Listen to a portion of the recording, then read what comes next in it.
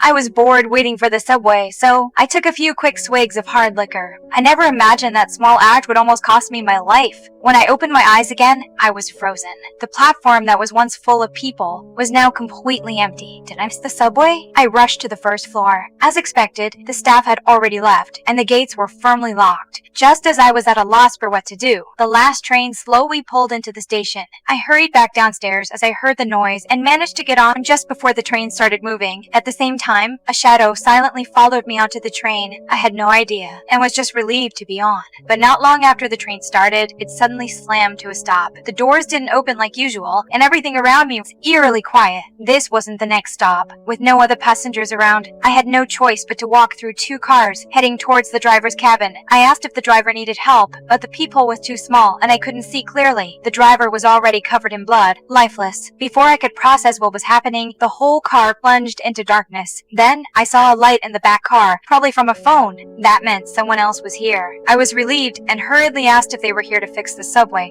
or just another unlucky passenger like me. But after a long time, they didn't respond and instead started walking toward me. I was terrified. My instincts screamed to run, but in my panic, I tripped and fell. When they got closer, I saw it was my coworker Jack, the one who had followed me onto the train. He'd always stared at me at work, trying to get close. This was his plan, to make it look like a coincidence, hoping to win my heart. But what Jack didn't know was, even though I dressed a bit sexy sometimes, I would never accept scum like him. Jack didn't care. He calmly unbuttoned his shirt, determined to get me, no matter what I wanted. Just then, the train doors suddenly opened, and Jack was pulled out by some mysterious force. He crawled back up, covered in wounds, telling me to run. Then he was pulled down again. I didn't have time to think. I rushed through one car after another, forced open the driver's door, and hid inside. Before I could catch my breath, a shadow flashed by outside the door. At this point, I had no choice but to keep moving, but it seemed like he wasn't going to let me go. I found myself back at the subway platform, and once again, it was empty. The gates were locked tight. Then, I heard something strange behind me. I cautiously peered out, and to my surprise, it was a small dog. Where there's a dog, there's usually a person. I had to find its owner. Following the dog's path, I found a vent. Inside, there was a couple of homeless people. I quickly told them what happened, asking them to help me get out. They had no reason to refuse. Who would turn down money? But just as we started to leave, Amy was woken up by a strange noise. Her fate was easy to guess.